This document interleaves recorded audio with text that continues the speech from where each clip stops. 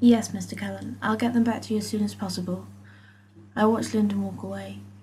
I actually get to refer to him by his first name when thinking about him. You know, one day I'll actually get to call him by his first name, face to face.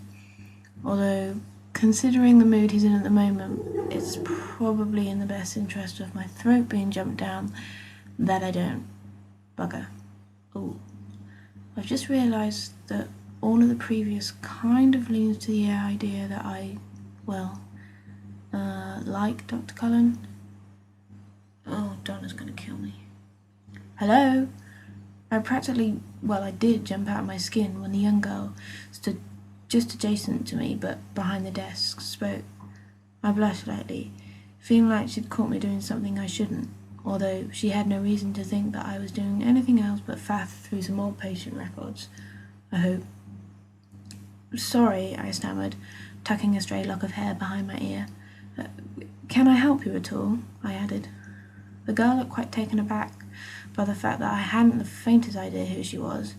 She sort of raised her eyebrows at me, like I should know what she wanted, but I didn't. So after a couple of painfully silent seconds, she replied in a rather agitated state. Where's Miss Lloyd? I could feel my eyes widen and my heart practically leap into my mouth as she mentioned Diane. Nobody had really spoken of her for some time, and having this girl stood in front of me almost demanding to see her was, scary. Can I ask you what your name is, if you don't mind? Poppy Lloyd, the girl huffed, clearly growing more agitated by the minute. Shit. She had no idea.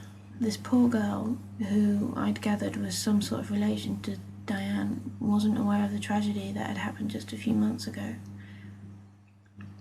I looked her up and down. She was unusually tan for this time of year.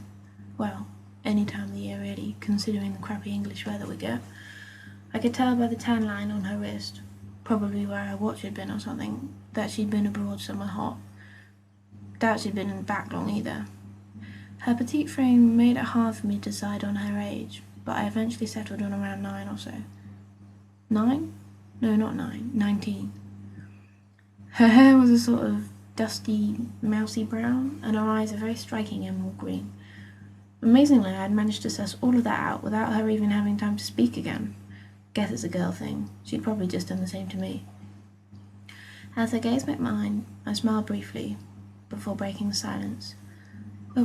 Will you just excuse me for a few minutes?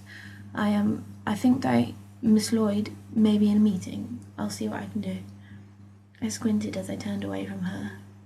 That was such an awful thing to do, but it was the only way I could buy myself some time to ask Connie what on earth I should do.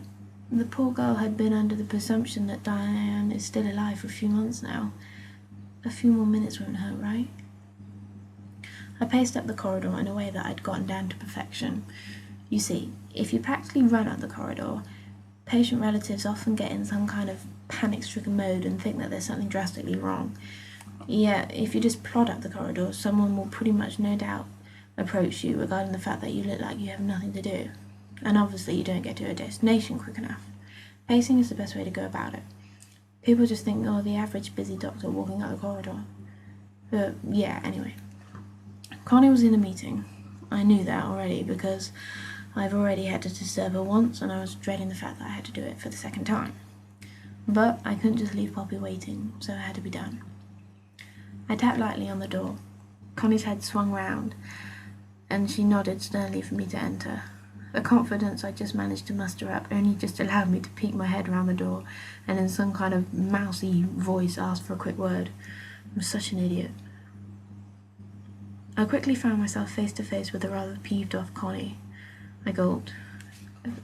Mrs. Beauchamp, I'm sorry to disturb you again.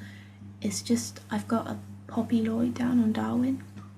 Her whole demure kind of softened for a few moments as she moved towards me, shutting the door behind her so we were both stood in the corridor.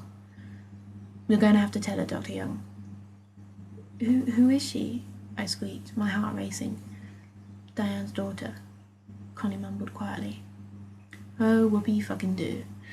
That just makes everything a whole lot easier. I know, using sarcasm probably isn't the best when you've been told that you have to tell a young girl her mother's been dead for 2 months. But it was either that or wait for the ground to swallow me up. I figured I'd be waiting a long time. Poppy, I started. She hadn't even noticed me arrive back on Darwin. She was sat on one of those pathetic excuses for a plastic chair in the corner of the room. She looked round at me, I bit the top of my lip. Follow me. She did, quietly. I didn't hear a peep out of her as I led her to the patient relative's room. The striking young girl, once full of presence and confidence, was now suddenly reduced to tears as I led her in. She knew where she was, and she knew what I was about to say. Next was probably something that I don't want to ever have to experience again. I was just going to tell Poppy the devastating news that would no doubt turn her world upside down. I noticed her posture change. Her head tilted back and her eyes rolled, revealing their whites. I watched in horror as she slid off the chair in front of me. It all happened so quickly I didn't even have time to react. Before I knew it, she was on the floor, fitting violently. I think I did the right thing. I held her, supporting her head and trying to prevent her from hurting herself as I waited for help. It arrived, in the form of Wonder Boy himself.